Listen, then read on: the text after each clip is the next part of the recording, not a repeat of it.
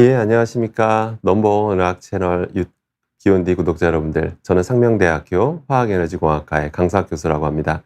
만나서 반갑습니다. 오늘은 좀 사정에 의해서 좀 늦게 시작한 점 널리 양해 부탁드리겠습니다. 요새는 일교차가 매우 큰 상황인데요. 항상 감기 조심하시기 바라고요. 그리고 요즘 코로나가 다시 유행이라고 합니다. 그렇기 때문에 항상 손, 발, 이게 항상 청결 항상 유의해 주시기 바라고요. 정기적으로 실내 생활 하시더라도 꼭 2시간에 한 번씩은 꼭 환기하시는 습관도 꼭 들이시기를 바라겠습니다. 네, 그럼 오늘 주제 시작하도록 하겠습니다. 오늘은 치매 발병에 강력하게 영향을 미치는 화학물질들이라는 주제를 가지고 얘기하려고 하는데요. 사실 치매라고 하는 건 뭐 우리나라뿐만 아니라 뭐 전 세계 모든 국가에서 관심을 갖고 있는 이제 질병이죠. 그래서 아마 많은 전문가분들이 의학 채널 비욘드에 나와주셔서 관련된 많은 좋은 얘기를 해주셨을 텐데요.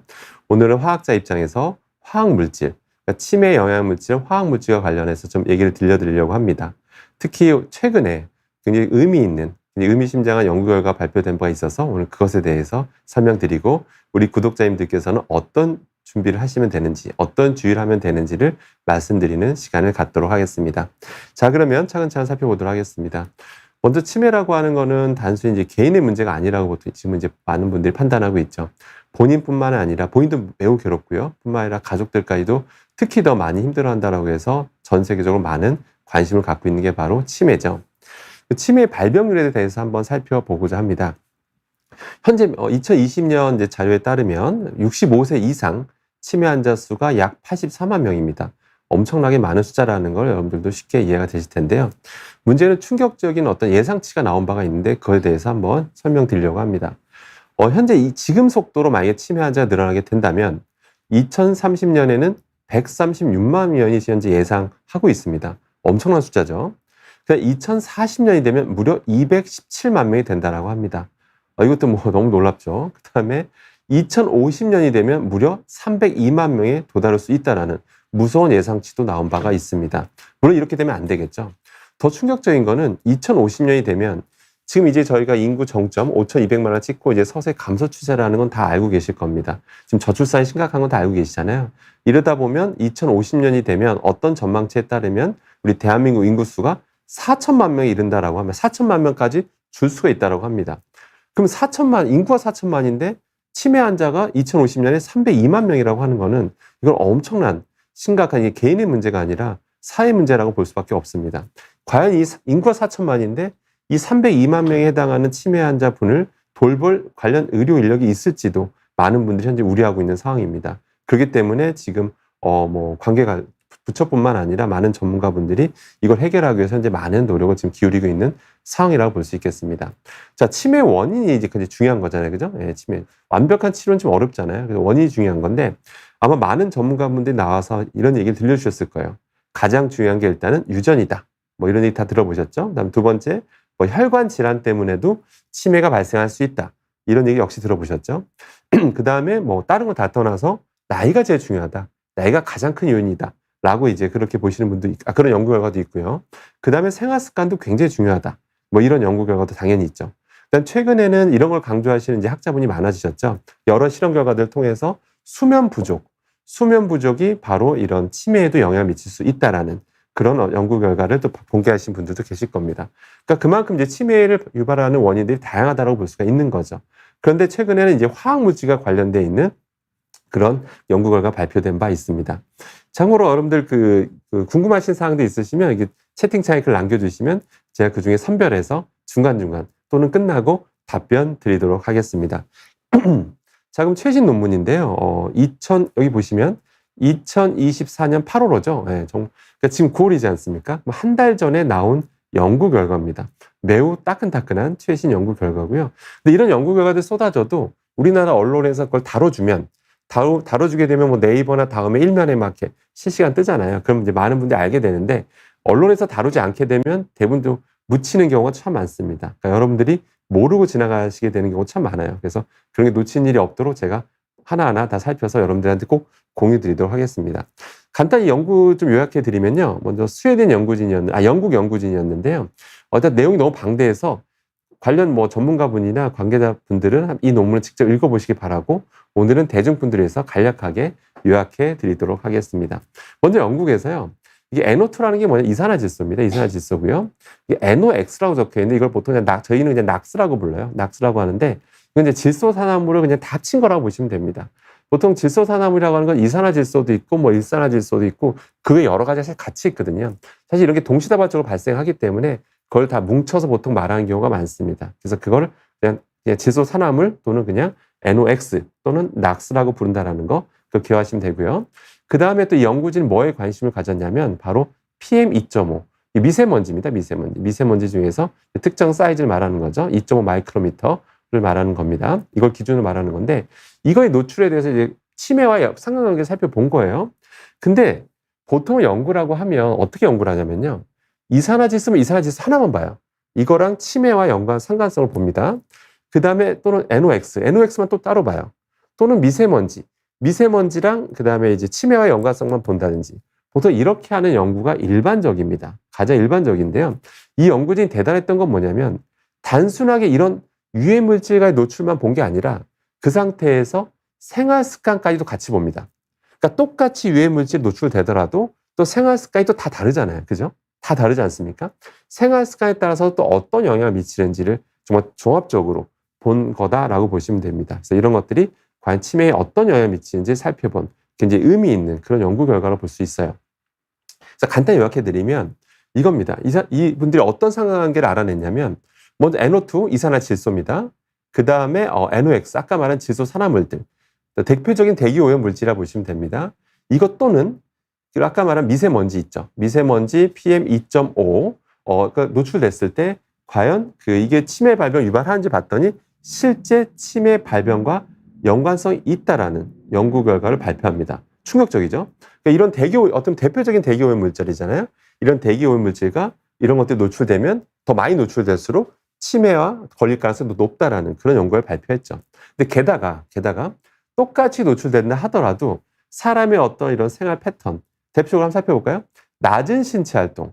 사실 그렇잖아요. 많은 전문가분들이 많이 움직여라 이런 얘기 많이 들어보셨잖아요. 그죠? 예, 실제로 적게 움직이는 사람이 있고 많이 움직이는 사람이 있잖아요. 저런 유해 물질도 많이 노출된 상태에서 움직임도 적게 되면 훨씬 더 치매에 종합적으로 더 크게 영향을 미친다라는 겁니다.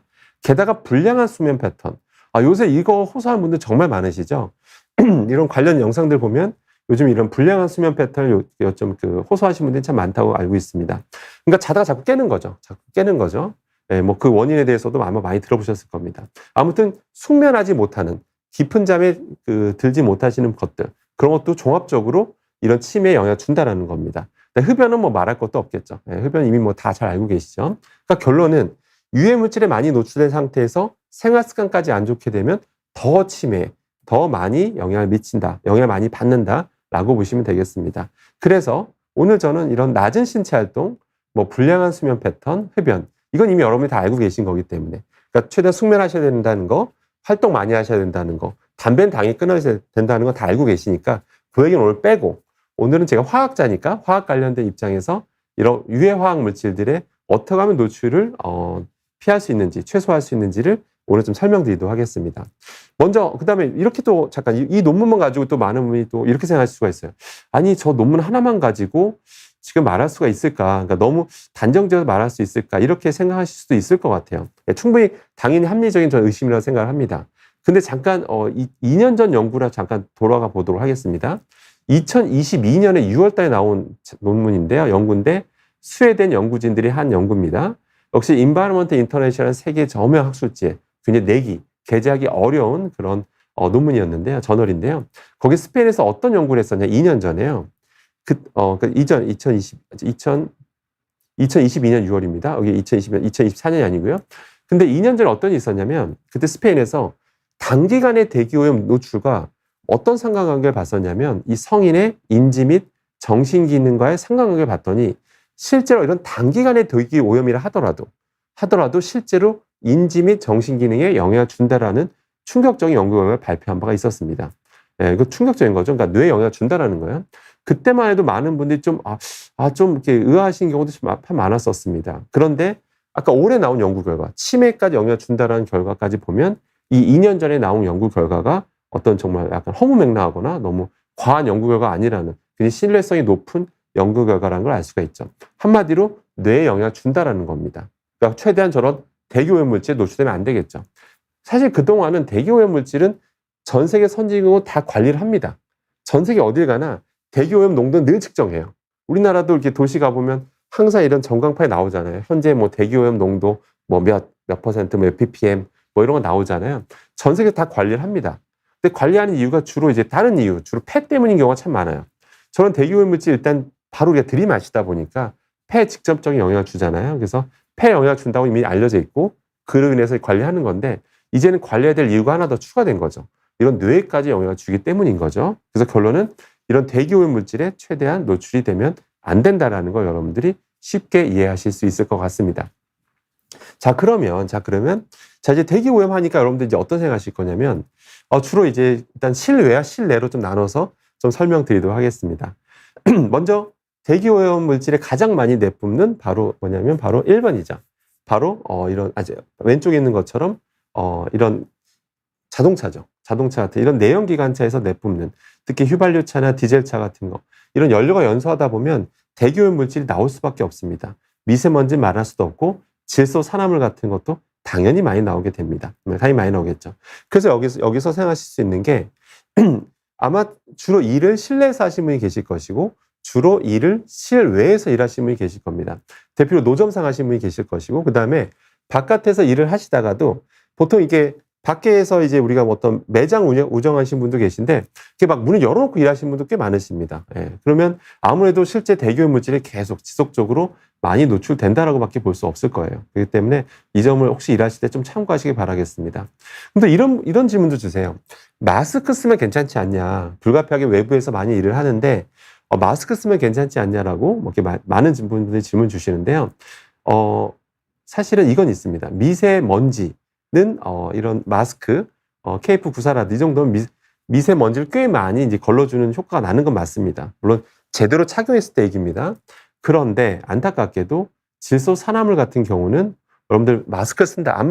이런 좋은 마스크 쓴다고 하시더라도 일반 대중용 마스크로는 그런 어떤 질소 산화물을 완벽하게 거를 수가 없습니다. 그러니까 거를 수 그냥 없다라고 보시면 됩니다. 이해되시겠죠? 그렇기 때문에 진짜 여러분들 뭐 방독면 수준의 뭐 엄청나게 이런 거 보셨잖아요. 방독면 같은 거. 그런 거는 당연히 질소 산화물은 다 걸러지는데요. 일반 여러분들 KF94 마스크로는 걸을 수 없다라는 거 꼭 명심하시기 바라겠습니다. 그 다음에 담배 연기. 담배 연기 안 좋다라는 건 뭐 이미 다 알고 계시죠?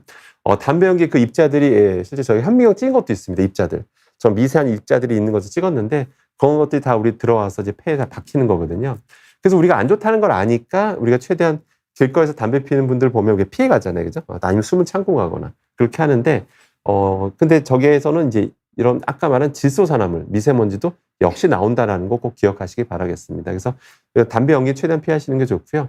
가급적이면 실외 활동하실 때는 저런 특히 바깥에서 주로 일하시는 분들은 꼭 저런 거를 꼭 명심해 주시길 바라겠습니다.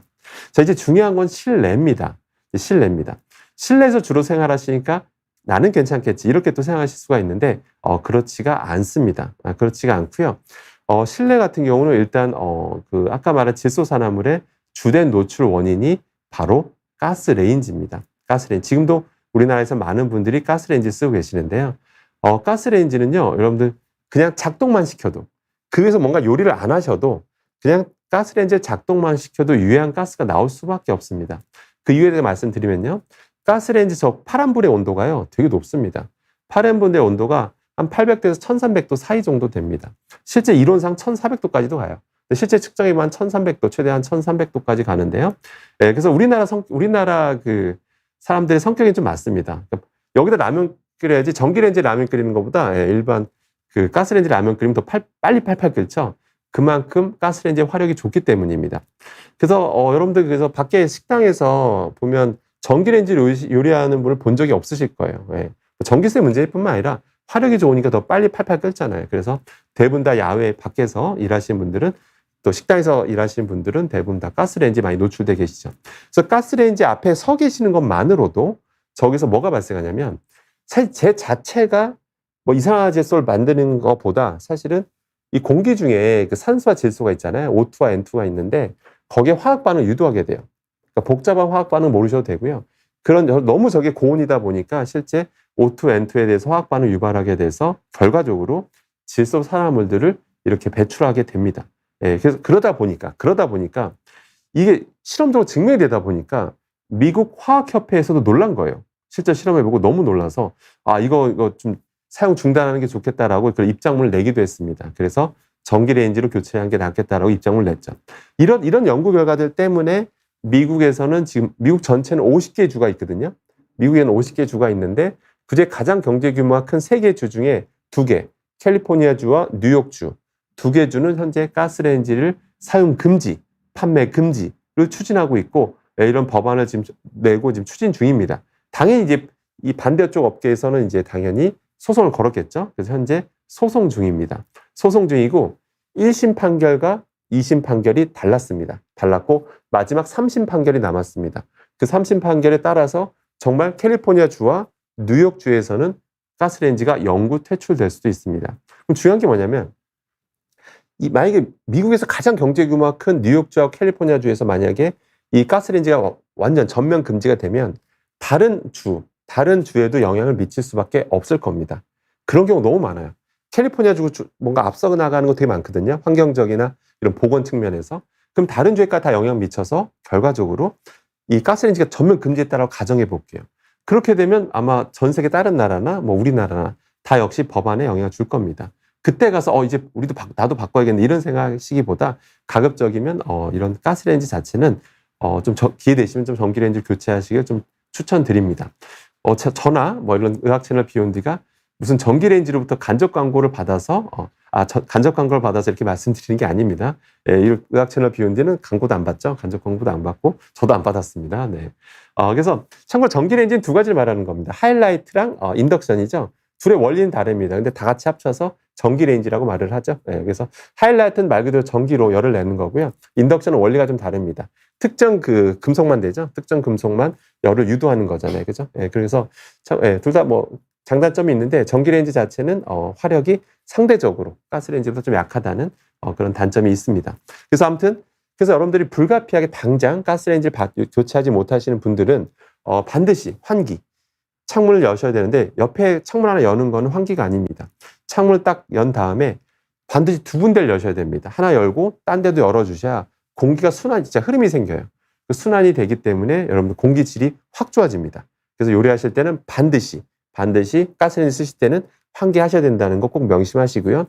제가 절대 오버해서 과장하는 게 아니라는 걸 제 단적으로 말씀드리는 예시가 뭐냐면 여러분들 한번 검색하시면 나오는데요.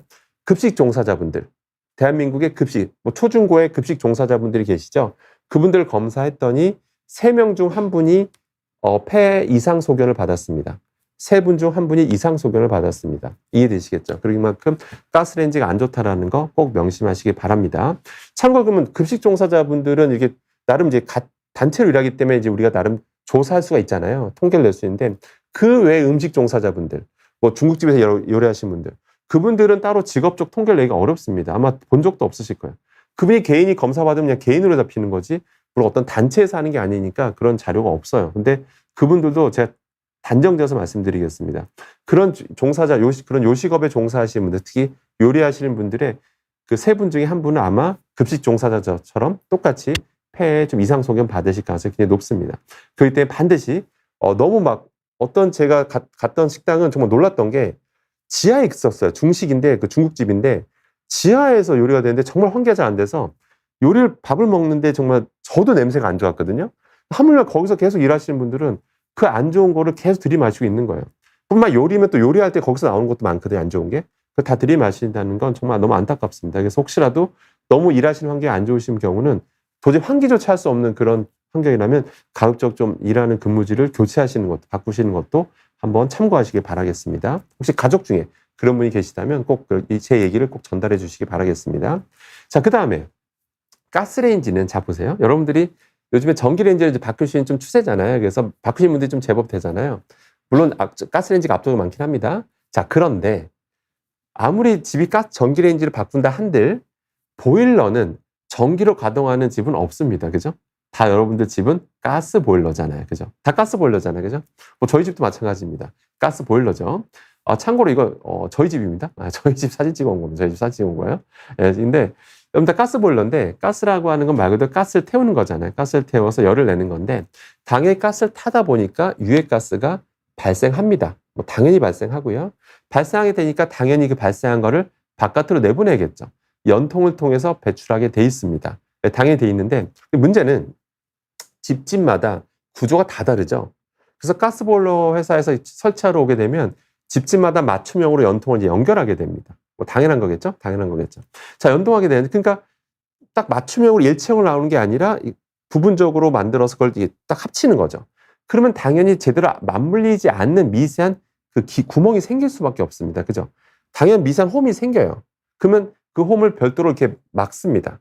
어떤 접착 테이프로, 저희는 이 소재를 저희 분야에서는 고분자라고 말을 하는데, 이런 고분자 소재로 이렇게 딱 코팅을 해요. 덮어버립니다. 여기서 여러분 집에 보시면 뭔가 이렇게 미세하게 뭔가 맞물리는 지점에서 뭔가 이렇게 덮여져 있다는 걸 보실 수가 있어요. 그러니까 저희 집이 이상한 게 아니라 여러분 집도 똑같습니다. 자, 이제 뭔가 접착 성분을 이렇게 그냥 접착제로 할게요. 접착 필름을 붙여놨는데 문제는 이게 영원할 거라고 생각을 하세요. 뭐 1, 2년, 5년 이런 거 걱정하셔도 됩니다. 그런데 미세한 홈이 있는 상태에서 만약에 제대로 메꿔졌다면 만약에 그 미세한 홈으로 여기 발생하는 기체들 중에 이산화탄소도 엄청 나오거든요. 이산화탄소가 계속 얘를 때리잖아요. 계속 때리게 되면 이게 서서히 유연해집니다. 서서히 이 접착 필름이 미세하게 유연해져요. 유연해지면서 이게 10년 정도 되면 그 미세한 유연해진 조직 사이로 이 발생한 가스보일러가 작동되면서 나오는 기체들이 서서히 미세하게 빠져나올 수 있습니다. 마치 여러분들이 이거 생각하시면 돼요. 제가 풍선을 딱 불잖아요. 불었어요. 풍선 불고 묶으면 어떻게 되죠, 여러분들? 묶은 다음에 딱 놔뒀어요. 그 다음날 되면 어떻게 되죠, 여러분들? 또 일주일 되면 어떻게 돼 있죠? 서서히 빠져나오잖아요. 우리가 영원히 안 빠져나올 것 같은 풍선인데 서서히 빠져나오죠. 그렇게 보시면 됩니다. 전문 용어를 쓰자면 이런 기체들이 용해 확산 현상에 의해서 서서히 빠져나오는 거예요. 마찬가지로 저기 미세하게 만약에 저기 그 기공에 그 덮여 있잖아요. 덮여 있는데 이게 아까 말한 10년 정도 쓰다 보면 이게 유연해져서 서서히 유해한 기체들이 이렇게 용해 확산해서 서서히 빠져나올 수도 있습니다. 오래 썼다면 더 그게 심할 수도 있어요. 그럼 이게 빠져나오게 되면 어떻게 되냐면 여러분 그 베란다잖아요. 그죠? 베란다인데 베란다 옆에 보통 방이 연결되는 경우가 많습니다. 근데 방에 방문이 좀 열려져 있다면 저런 것들이 서서히 빠져나올 수가 있어요. 서서히 빠져나오게 돼서 이게 여러분 방 안으로 들어올 수도 있습니다. 그러니까 은연중에 어떤 저런 질소산화물과 또는 이산화탄소에 서서히 노출될 수도 있습니다. 이해되시겠죠? 그래서 오늘 이 영상을 보신 분들은, 구독자님들은 저 오늘 한번 저런 연통을 한번 저기 회색 필름 여기 보이시죠? 여기를 한번 손으로 한번 만져보세요. 만졌을 때 좀 끈적거린다. 그러면 교체할 시기가 된 겁니다. 끈적거리면요. 딱 정답은 딱 하나입니다. 끈적임입니다. 끈적거리면 이 가스보일러 회사라든지 분한테 연락해서 와서 다시 한번 이렇게 좀 메꿔달라고 좀 요청드리면 되고요. 그렇게 꼭 그런 식으로 해서 꼭 완전 봉하시기를 바라겠습니다. 그러면 크게 걱정 안 하셔도 되겠습니다. 자, 그럼 일단 중간 결론입니다. 지금 질소산화물, 미세먼지가 치매 영향을 준다라는 연구 결과들이 지금 계속 나오고 있고요. 앞으로도 계속 나올 겁니다. 그러니까 미리 조심하는 게 낫겠죠. 그러니까 바깥에서 활동하실 때 좀 조심할 대기오염물질 많이 노출되지 않게 주의하시는 것도 좋지만 실내에서 특히 요리하시는 분들은 가스레인지가 위험하기 때문에 반드시 가급적이면 전기레인지로 교체하시길 바라겠습니다. 전기레인지는 하이라이트나 인덕션 두 개 중에 아무거나 그냥 고르시면 되고요. 그다음에 요새 이제 좀 있으면 요새 너무 막 더우니까 폭염이라서 막 캠핑 같은 거 잘 안 가셨는데 이제 슬슬 가을 되면 가을 낭만을 느끼기 위해서 아마 이제 캠핑도 많이 가실 걸로 예상이 되는데요. 캠핑 가시게 되면 이제 가스 난로 같은 거 많이 활용하시잖아요. 특히 좀 추워지면 가스 난로 많이 쓰시는데 텐트 안에서는 절대 쓰시면 안 되고 그건 사망할 수 있습니다. 정말 돌아가실 수 있기 때문에 그건 당연히 안 되는 거고요. 일산화탄소 때문에 사망하고 산소가 부족해서 사망할 수가 있어요. 근데 바깥에 쓰시더라도 너무 가까이는 좀 안 가시는 게 좋습니다. 저런 가스 난로를 태우는 것만으로도 역시 질소산화물들이 많이 나오기 때문에 가까이 있을수록 더 많은 농도에 노출되게 됩니다. 그래서 가급적이면 좀 적당히 가급적 쓰시게 되면 가급적 좀 멀리 떨어져서 좀 쐬시는 게 좀 좋습니다. 좀 춥더라도 그게 더 바람직한 거고요. 앞서 말씀드린 대로 저런 것들 이런 가스보일러 쓰시기 때문에 연통 부분, 저런 실링되어 있는 부분은 조금씩 한번 손으로 만져보시면서 한번 체크해 보시기를 바라겠습니다. 예, 그래서 이게 중간 결론이고요. 그러니까 간단히 질문 좀 받고 시작해 보도록 하겠습니다. 그 다음에 먼저 자광신님 질문부터 먼저 받도록 하겠습니다. 인덕션이 열을 많이 가면 약간 냄새가 나는데 괜찮은 건가요? 인덕션의 원리는 말 그대로 인덕션 위에 있는 조리 기구를 가열하는 거거든요. 근데 그게 냄새가 났다라고 하는 거는 제 생각인데, 사실 인덕션 같은 건 하게 되면 순식간에 200도 이상 올려버립니다. 순식간에 200도 올라가게 되는데, 거기서 냄새가 났다라고 하는 거 혹시 잔여물들이 좀 남아있었다든지, 그 소재, 그 기구의 금속 소재 그 미세한 표면들 사이사이에, 참고로 스테인리스 계열 소재는 미세한 흠집이 되게 많죠. 그래서 그런 데도 음식물들이 껴있는 경우가, 눈에 보이지 않는 음식물들이 껴있는 게 되게 많아요. 그래서 제대로 세척이 안 됐다면요. 그럼 그 상태에서 순간 타면서 막 그런 나오는 경우도 실제 있습니다. 저도 그런 비슷한 경험을 했었고요. 아마 그랬을 가능성이 있습니다. 스테인리스 소재 보면 되게 겉에서 보면 되게 멀쩡해 보이고 되게 깨끗해 보이고 멀쩡해 보이는데, 여러분들 요즘 다 상식이 됐죠? 스테인리스 소재 보면 되게 멀쩡하고 주방 세제로 깨끗이 닦고, 또는 식기세척기에 들어갔다 나와도 다시 그 휴지에다가 기름 같은 거 식용유 딱 묻혀가지고 닦잖아요. 시커멓게 새카만 게 묻어 나오죠. 그 연마제라는 건데, 예, 그런 거죠. 막 눈에는 멀쩡해 보이지만 연마제가 묻어 나오잖아요. 그런 것처럼 미세한 홈이 너무 많아서 어쩔 수가 없어요. 스테인리스 가공하는 과정에서 닦다 보면 미세한 흠집이 되게 많습니다. 처음부터 흠집이 보이잖아요. 우리 심지어 눈에도 보이잖아요. 시간 지나면 점점 더 많아집니다. 그러면 미세한 것들이 낄 수밖에 없어요. 그래서 그렇게 나는 가능성이 있지, 그 자체가 문제될 거는 그것은 없습니다. 그러니까 그렇게 생각하시면 될 것 같고요. 그 다음에 수정 테이프님께서 인덕션 화력이 상대히 더 약하다고 하는데, 아까 말씀드린 대로 인덕션 같은 거 하게 되면 순간적으로 200도 이상 순식간에 가는데, 가스레인지보다는 가스레인지에 비하면 상대적으로 약한 거 맞습니다. 가스레인지는 아까 말씀드린 대로 800도에서 1300도 사이라 평균 1000도예요. 예, 그러니까 물도 팔팔 끓고 정말 약간 한국인한테 맞죠. 예, 속 시원하게 빡 끓여주니까. 예, 그렇기 때문에 더 좋은 건 맞지만 그래도 건강 생각하신다면 저게 더 낫고요. 어떤 분들은 그 전자파 때문에 안 좋다라고 말씀하시는데, 전자파가 안 좋은 건 맞습니다. 그런데 전기레인지와 가스레인지, 전자파가 안 좋냐 아니면 질소산화물이나 일산화탄소 이런 등등등이 안 좋냐라고 따지면, 화학자 입장에서 보면 압도적으로 가스레인지가 훨씬 안 좋습니다. 그래서 미국에서 다 알기 때문에, 이런 이유 때문에 각주 전기레인지를 하라고 지금 캘리포니아주나 뉴욕주가 추진하는 겁니다. 거기서 당연히 전자파 논란이 있죠. 근데 요리라고 하는 게 약간 최대한 좀 떨어져서 하게 되면, 가까이 붙어서 이렇게 요리하시는 분 없잖아요. 그래서 좀 떨어져서 하게 되면 상대적으로 전자파로부터 영향이 상대적으로 떨어지기 때문에 그것도 참 감안해서 하시면 좋습니다. 아무튼 그렇게 이해하시면 될 것 같고요. 그 다음에 그 꼬부기님께서 대기오염이 건강에 영향을 미친다고 하잖아요. 인지 능력에 어떻게 영향을 미치는지에 대해서 어떤 실험을 했던가요? 실험 방법이 궁금합니다. 그 논문에 대해서 잠깐 말씀드리면, 그 논문이라는 게 이게 장기간에 봐야 되는 연구잖아요. 단기간에 어떻게 이걸 알 수 있겠습니까? 그죠? 그래서 근데 지역별로는 항상 지역별로는 아까 말씀드린 아까 스페인 지역별로의 대기오염은 매일 실시간으로 측정하거든요. 1시간대로 계속 측정해요. 그럼 지역별로 그 대기오염 어떤 자료들이 있잖아요. 대기오염 자료들을 쭉 보고, 그 다음에 치매라든지 인지기능, 이렇게 사람들이 종합검진 같은 거 하잖아요. 당연히 스페인도 합니다. 그럼 검진하다 보면 이게 인지능력 같은 것도 테스트 한단 말이에요. 그럼 인지능력 결과와 이런 대기오염이 주로 심했던 지역들, 우리나라도 마찬가지잖아요. 대기오염 농도가 지역별로 다 차이가 많은 거 다 알고 계시죠? 그런 것처럼 그런 것들과 상관관계를 도출한 겁니다. 그러니까 그런 연구 결과라고 보시면 되는 겁니다. 그러니까 이런 연구 되게 많아요. 그러니까 종합검진 자료가 쫙 쌓이고, 그냥 다른 결과들 이렇게 쫙 쌓인 게 있잖아요. 조사 자료들 있잖아요. 지역별로 오존 농도, 지역별로 미세먼지 농도, 연도별 농도, 이런 거 막 조사하고 상관관계 서로 맞춰보는 거예요. 그렇게 했을 때 나온 결과다. 이런 연구 결과들이 많다라는 거 참고를 하시면 됩니다. 참고로 우리나라도 그 오존 농도도 매번 측정하는데요. 오늘 오존 제가 말씀 안 드렸습니다만은, 오존 같은 거 보면 참고로 부산 지역이 제일 높습니다. 지역별로 좀 차이가 심해요. 참고로 부산 지역이 오존이 제일 높다라는 거. 그래서 가끔 오존주의보 뜨거나 그러면 여러분들 가급적이면 부산에 계신 분들은 다른 지역도 마찬가지입니다만은 오존주의보가 뜨게 되면 가급적이면 외출을 좀 자제하시는 게 좋습니다. 그리고 이 꼬부기님께서 너무 좀 예민한 질문을 주셔가지고 예민한 질문을 주셔서, 꼬부기님께서 뭐라 질문 주셨냐면, 화력발전소 근처에 살면 건강에 안 좋을까요? 라는 질문을 주셨는데요. 사실 너무 예민한 질문인데, 그래서 답변 드리겠어요. 우리 의학 채널 비욘드 구독자님들한테는 다 말씀드려야 될 것 같은데요. 사실 이 연구 결과도 이미 최근에 나온 게 있습니다. 제가 어디서도 얘기한 적은 없는데 저도 제 개인 유튜브 채널에서 이제 얘기하려고 준비하고 있었던 건데 오늘 먼저 공개해 드리도록 하겠습니다. 해외 연구 결과입니다. 화력발전소 근처에 사시는 분들 관련된 이제 뭐 그런 조사한 자료들이 있더라고요.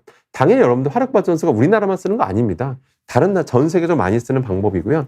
당연히 지금도 전 세계적으로 화력발전소, 원자력발전소 제일 많이 쓰고요. 그 다음에 LNG 발전. 이 세 가지가 압도적으로 많습니다. 이 세 가지가 거의 90% 이상이라고 봅니다. 지금 이 순간에도 전기가 막 우리가 쓰고 있잖아요. 이 전기가 다 어디서 나옵니까? 화력발전, 원자력발전, LNG 발전이라고 보시면 되는 겁니다.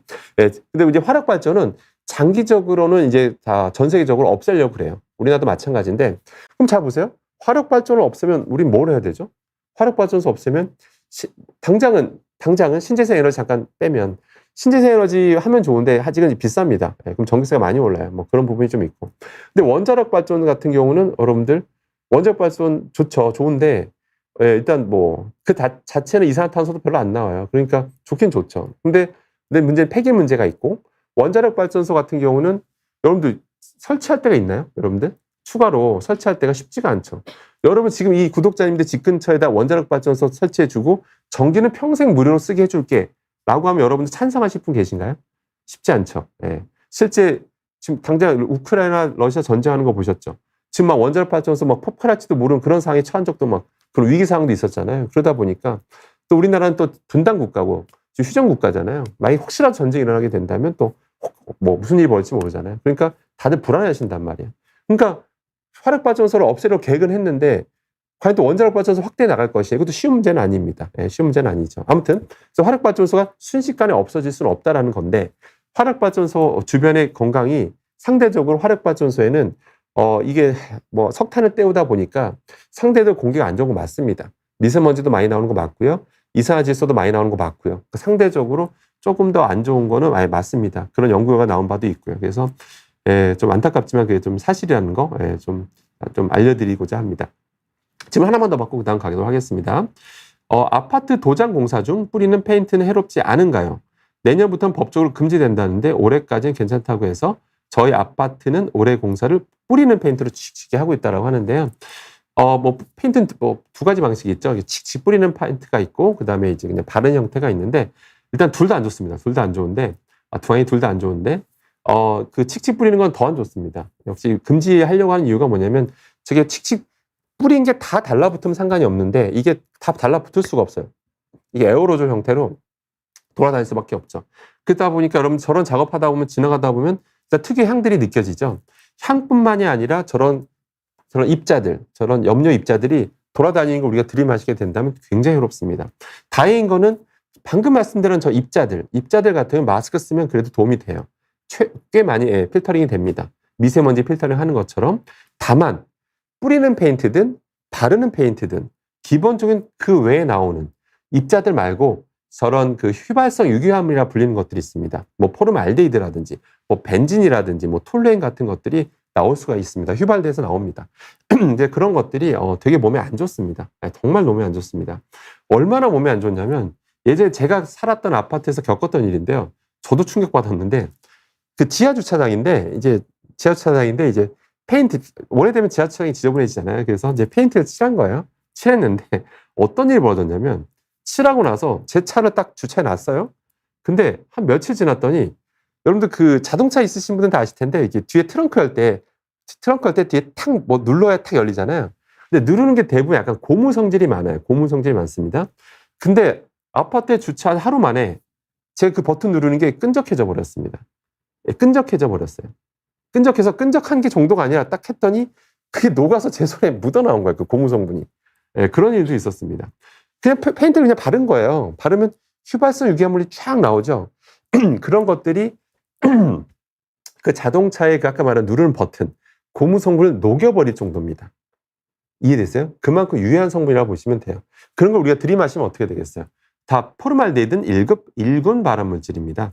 그렇기 때문에 페인트 같은 작업하시게 되면 기본적으로 좀 이렇게 피해 가시는 게 좋고, 가급적이면 이제 실내 유입되지 않도록 하시는 것들이 굉장히 중요하다라는 거 꼭 명심하시기 바라겠습니다. 그래서 저는 페인트 성분 얼마 안 좋으면 여러분 새집 증후군이라는 것까지 생겼잖아요. 새집 증후군 다 아시죠? 새로운 집에 들어가면 그로 인해서 그 화학 물질들 케미컬 때문에 우리가 다양한 증상을 겪는 거를 우리 그 실내 증후군이라고 하잖아요. 그죠?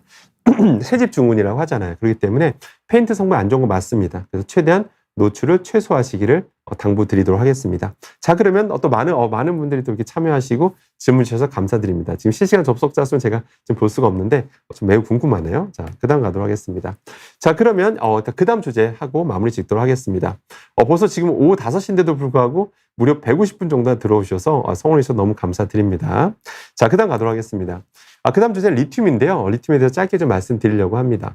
사실 리튬이라고 하는 건 예전에는 제가 이거 관련해서 제가 위험성 이런 것들을 말씀드리지 않았었습니다. 또 많은 분들이 관심이 없었고 전문가분들도 별로 관심이 없었어요. 그 이유가 뭐냐면 리튬이 사실 우리가 이렇게 일상적으로 접할 일이 없었거든요. 근데 이제는 세상이 달라졌죠. 왜냐하면 이제 드디어 전기차 시대가 도래했잖아요. 잘 아시는 것처럼 이제 2030년, 2035년 사이까지 유럽이든 미국이든 중국이든 해야 되는 게 전기차밖에 없습니다. 수소차라든지. 그렇게 친환경차로 점점 태세 전환되는 거는 시대적 흐름입니다. 물론 내연기관차 부품 업계가 바로 망할까봐 이건 속도 조절론이 요새 좀 나오고 있는 건 맞지만 기본적인 이제 전기차는 기본적인 대세입니다. 또 요새는 좀 화재 사건 때문에 조금 이제 문제가 있긴 하지만 그 대세는 거스를 수가 없는 거죠. 그래서 리튬이 이제 굉장히 흔해졌어요. 왜냐면 리튬 배터리가 들어가거든요. 자, 그런데 리튬 관련돼서 이제 연구 결과가 나왔습니다. 리튬 관련해서 최근에 나왔어요. 그래서 아직 번호까지 최종 부여되지 않을 정도의 따끈따끈 연구 결과인데요. 제가 최근에 나온 거 좀 공유해 드리려고 합니다. 그게 점유학술지에 실렸는데요. 연구 그냥 간단히 요약해 드릴게요. 복잡하니까 내용이. 그냥 이 리튬에 이제 노출시켜 봤더니 인간 실험 동물 대상으로 실험해 봤더니 보시는 것처럼 갑상선 시스템을 파괴한다라는 그런 연구 결과가 이제 공개가 됩니다. 리튬 관련해서. 그럼 그래서 실제로 여기서 이 논문에서 지적하는 게 뭐냐면 지금 산업에서 리튬 사용량이 폭발적으로 증가하고 있거든요. 리튬을 요즘 석유에 비유하기도 합니다. 리튬이 나면 이걸 석유를 발견했다고 판단할 정도에 왜? 이게 전기차에 들어가니까 배터리에 들어가니까요. 근데 이걸 많이 쓰면 무슨 일이 생기냐면 일단 공장에서 이걸 정제하거나 이거 배터리 생산하는 과정에서 당연히 폐수가 발생하죠. 발생할 수밖에 없습니다. 그럼 폐수를 버리게 되면 강과 바다로 흘러갈 수밖에 없죠. 강과 바다로 흘러나가게 되면 어떻게 되죠? 바다가 오염이 되죠. 바닷물이 증발해도 리튬은 증발하지 않습니다. 그럼 그거를 수산물이 먹겠죠. 물고기가 먹겠죠. 그런 식으로 해서 우리 몸에 들어올 수 있다라는 거죠. 그래서 이제는 우리가 이제 남의 일이 아니다. 이제는 이 리튬이 남의 일이 아니다. 그래서 연구도 많이 필요하고 이제 이런 것들에 대해서 우리가 이제 신경 쓸 때가 됐다라고 이 연구진은 이제 밝히고 있는 겁니다. 저도 100% 동감합니다. 이제 리튬이 너무 많이 이제 쓰이고 있다라는 거죠. 그러면 또 어떤 분이 이렇게 생각할 수도 있어요. 아니 리튬은 그래도 정신의학과에서 의학계에서 쓰지 않냐. 약으로도 쓰는데 그렇게까지 우리가 우려할 필요가 있냐라고 아마 질문 주실 수도 있어요. 좋은 질문이신데 실제 약으로도 쓰는 성분이 맞습니다. 리튬 탄산염, 리튬 카보네이트라고 하고요. 리튬 시트레이트, 영어로도 리튬 시트레이트입니다. 이건 여러분 약입니다. 이 화학 물질은 약으로 써요. 실제 리튬을 약으로도 씁니다. 그럼 약으로 쓰니까 괜찮은 걸까요? 그렇게 생각하시는 분은 아무도 없겠죠. 실제로 모든 약이라고 하는 거는 부작용이 있습니다. 그렇기 때문에 의사의 처방이 필요한 거고 그 약사들의 복약 지도가 필요한 거죠. 그러니까 당 무분별하게 남용되면 안 되는 거죠. 그런데 실제로 2020년에는요. 정신의학과에 갔을 때 우리가 처방할 때 특정 증상을 보이면 이 약을 처방한단 말이에요. 근데 치료 용량의 리튬조차도 그래도 치료 용량이면 이 정도면 괜찮다라고 보는 수준인데 근데도 불구하고 치료 용량의 리튬인데도 불구하고 갑상선 시스템을 교란시킨다라고 하는 그런 연구 결과도 있습니다. 그러니까 정말 신중하게 처방해야 된다는 얘기죠.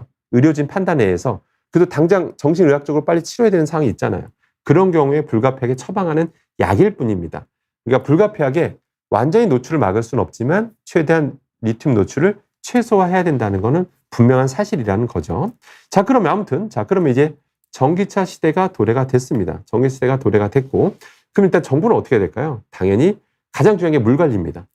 물 관리가 제일 중요합니다. 그래서 그건 이제 우리가 해야 될 역할은 아니고 정부가 해야 될 역할이겠죠. 이제 혹시라도 이제 물에서 리튬의 양이 점점 더 많이 관찰될 수 있기 때문에 그것까지 깨끗이 하기 위한 노력들을 이제 정부가 많이 해야 되겠죠. 정부가 해야 될 일이고요. 그러면 우리는 무엇을 해야 될까요? 우리가 해야 될 거, 우리가 리튬 노출을 최소화할 수 있는 방법 말씀드리도록 하겠습니다. 제가 좋은 습관 가질 수 있도록 말씀드릴게요. 일단 화장품입니다, 여러분들. 저 리튬 성분은 여러분들 화장품에도 쓰이는 성분입니다. 자, 화장품 성분 중에 화장품 성분은 종류가 많죠. 참고로 화장품 성분은 여러분 합법적, 그러니까 허용된 성분만 쓸 수 있어요. 아무거나 섞어서 화장품을 만들면 불법입니다. 허용된 성분만 쓸 수가 있습니다. 당연히 독성 결과를 거친 안전성이 입증된 것만 쓸 수가 있습니다. 당연 리튬 스티아레이트라고 하는 화장품 성분도 당연히 허용된 독성 결과에 대해서 독성에 대해서 안전 결과가 거친 그런 성분인 건 맞습니다. 그래서 리튬 스티아레이트라는 성분이 화장품에 쓰여요.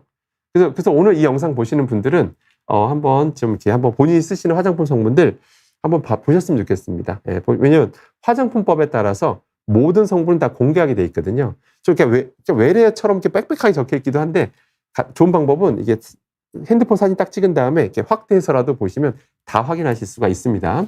그럼 리튬 스티아레이트라고 하는 거는 왜 쓰냐 이거죠. 화장품 왜 쓰냐 이거죠. 다 목적이 있겠죠. 뭐다 안티 케이킹제라고 해서 화장품 성분이라는 게 보면 뭐 몇십 개씩 몇십 개잖아요, 성분들이. 근데 그런 것들이 좀 이렇게 뭉치는 경우가 있어요. 그래서 그런 뭉치는 걸 막기 위해서 쓰는 화장품 성분이 뭉치는 걸 막게 해주는 성분이 바로 리튬 스티아레이트입니다. 그래서 전문 용어로 안티 케이킹제라고 보통 얘기를 해요. 미끄럼 조정하는 역할도 해주고요.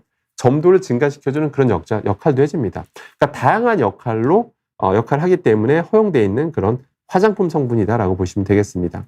그러면 아까 여러분들 입장에서는 아니 안전성이 다 입증됐다면서 이렇게 얘기해 주실 수가 있는데요. 화장품 성분이라고 하는 거는 당연히 피부에 바르는 거죠. 그래서 주로 피부 독성을 봅니다.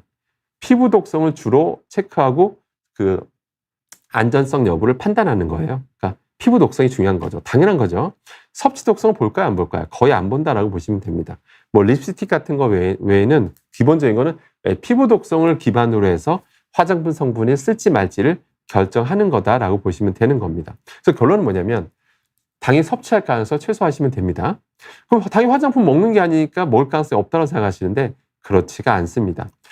실제 어떤 그 기자가 또 재밌는 실험한 적이 있었어요. 옛날 그 코로나 시절에 사람들이 자꾸 얼마나 사람들이 손을 얼굴에 많이 갖다 대는지, 얼마나 얼굴 많이 만지 실험한 게 있었는데 어떤 이제 사무실에 카메라를 설치했어요. 동의하에 카메라 설치한 다음에 얼마나 사람들이 얼굴을 많이 만지나 봤더니 정말 너무 많이 만져서 놀랐다라고 합니다. 수시로 만진다는 거야.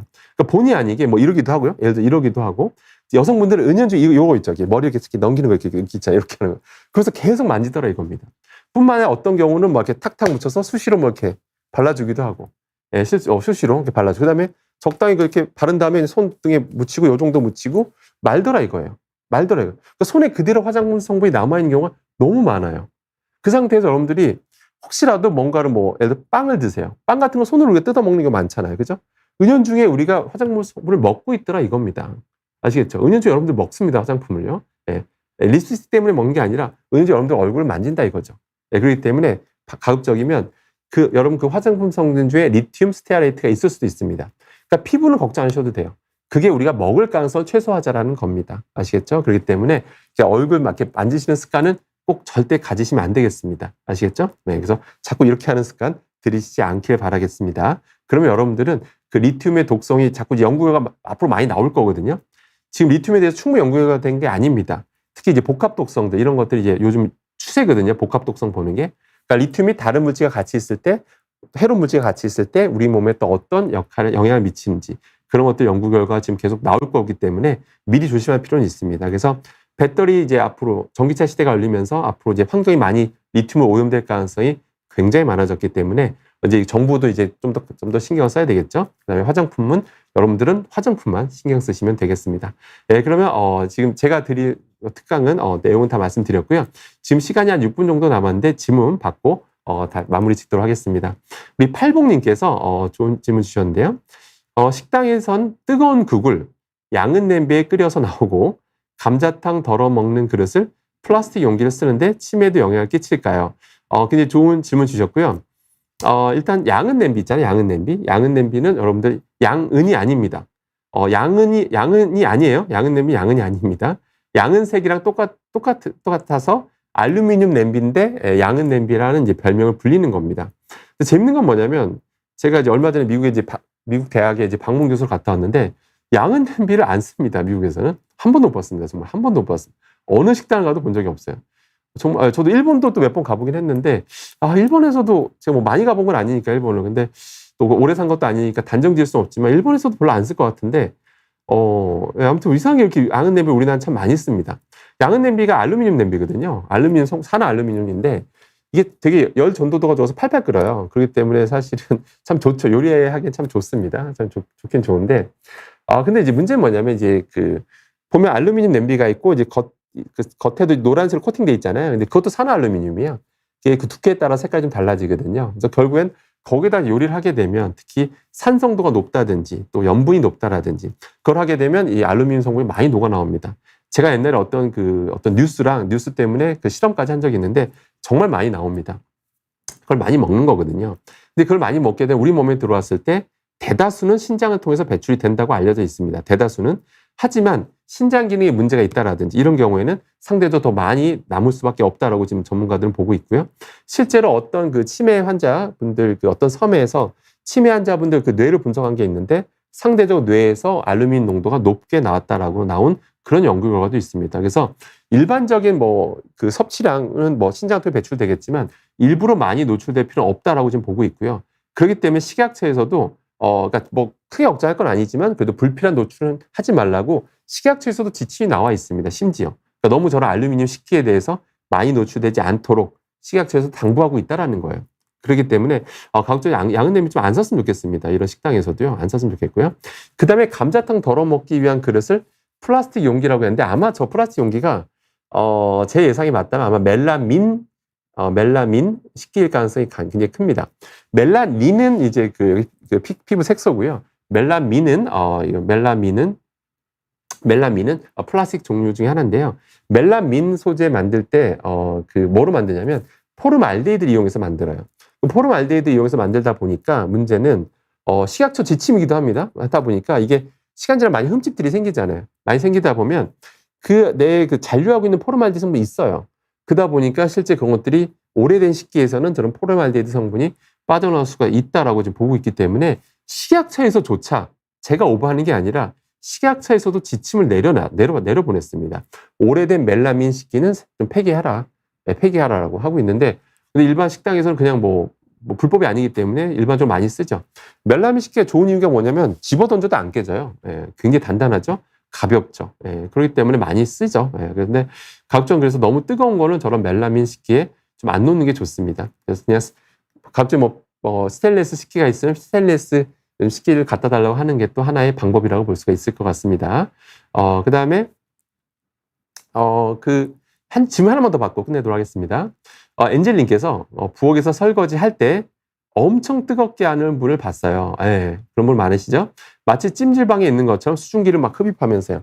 그분 젊은 사람인데 파킨슨병 진단 받았어요. 유전성은 아니라던데 이런 환경에 문제가 될까요? 라고 하셨는데요. 굉장히 좋은 질문이면서 예민한 질문을 주셨습니다. 수증기 할 때 설거지 한다라는 건 뭡니까? 세제를 쓴다라는 거죠. 세제를 쓴다라는 건데 세제 성분을 보시면 아시겠지만 다양한 종류의 성분들이 있는데 다양한 종류의 어떤 계면활성제 성분도 굉장히 많고 그 외에 다양한 역할을 하는 성분도 굉장히 많습니다. 근데 너무 뜨겁게 정말 막 김이 막 나고 엄청나게 팔팔 정말 뜨거운 어차피 우리는 고무장갑 꼈으니까 상대적으로 뜨거운 거로부터 자유롭잖아요. 그래서 아무튼 팔팔 끓는 거에 막 증기를 막 들이마시면서 해야 막 속 시원하고 또 따끈따끈 뜨거워야 또 이게 잘 벗겨지는 것도 맞아요, 사실은. 이해는 갑니다. 찬물에 할 때보다 훨씬 더 좋은 건 맞죠. 근데 그 증기를 다 들이마시게 되면 그 세제 성분도 실제 들이마시게 됩니다. 일부가 실제 그 증기와 함께 드러나와요. 실제 나오게 되고 일부 성분을 우리가 계속 들이마시게 되는데 폐에 달라붙게 되죠. 그런데 그 성분들이 파킨슨병과 연관이 있다는 연구 결과는 실제 제가 아직까지 본 적이 없습니다. 그래서 제가 단정지어서 말씀 못 드리겠어요. 그런 연구가 없으니까 괜찮다라고 제가 말씀 못 드리겠어요. 왜냐하면 하도 요새 연구들이 폭발적으로 쏟아지다 보니까 이런 독성에 대해서 산업이 발달했는데 상대로 그 산업이 발달한 거에 비해서 그에 해당하는 안전성 결과는 좀 뒤처진 결과가 있었거든요. 경향이 있었는데 이제는 전 세계적으로 이런 안전성 연구가 지금 폭발적으로 이루어지고 있습니다. 그래서 저런 연구 결과가 나중에 나올 수도 있어요. 그래서 제가 좀 단정지어서 말씀 못 드리겠어요. 근데 다만 아직까지 그런 결과는 없다. 다만 그런 것들이 나중에 미친 영향들이 추후에 어떤 연구 결과가 나올 수도 있습니다. 그렇기 때문에 가급적 저렇게 뜨거운 증기 형태로 들이마시는 거는 절대 꼭 하지 마시고 꼭 지향하시기 바라겠습니다. 그 다음에 우리 언니야님께서 강의가 재밌어서 엄청 금방 가네요라고 말씀 주셨는데, 아유, 감사드립니다. 아무튼, 오늘 또 많은 분들이 들어와 주셔서 또 이렇게 댓글, 채팅창에 글도 남겨주시고 질문도 많이 남겨주셔서 굉장히 신이 나서 이제 기분 좋게 특강할 수 있었습니다. 너무 감사드리고요. 저는 또 언제 찾아뵙냐면요. 2주 뒤에 추석 연휴 끝나고 2주 뒤에 금요일에 2주 뒤 금요일에 오후 5시에 찾아뵙도록 하겠습니다. 즐거운 추석 연휴 보내시고요. 건강한 모습으로 2주 뒤에 뵙도록 하겠습니다. 다시 한번 감사드립니다.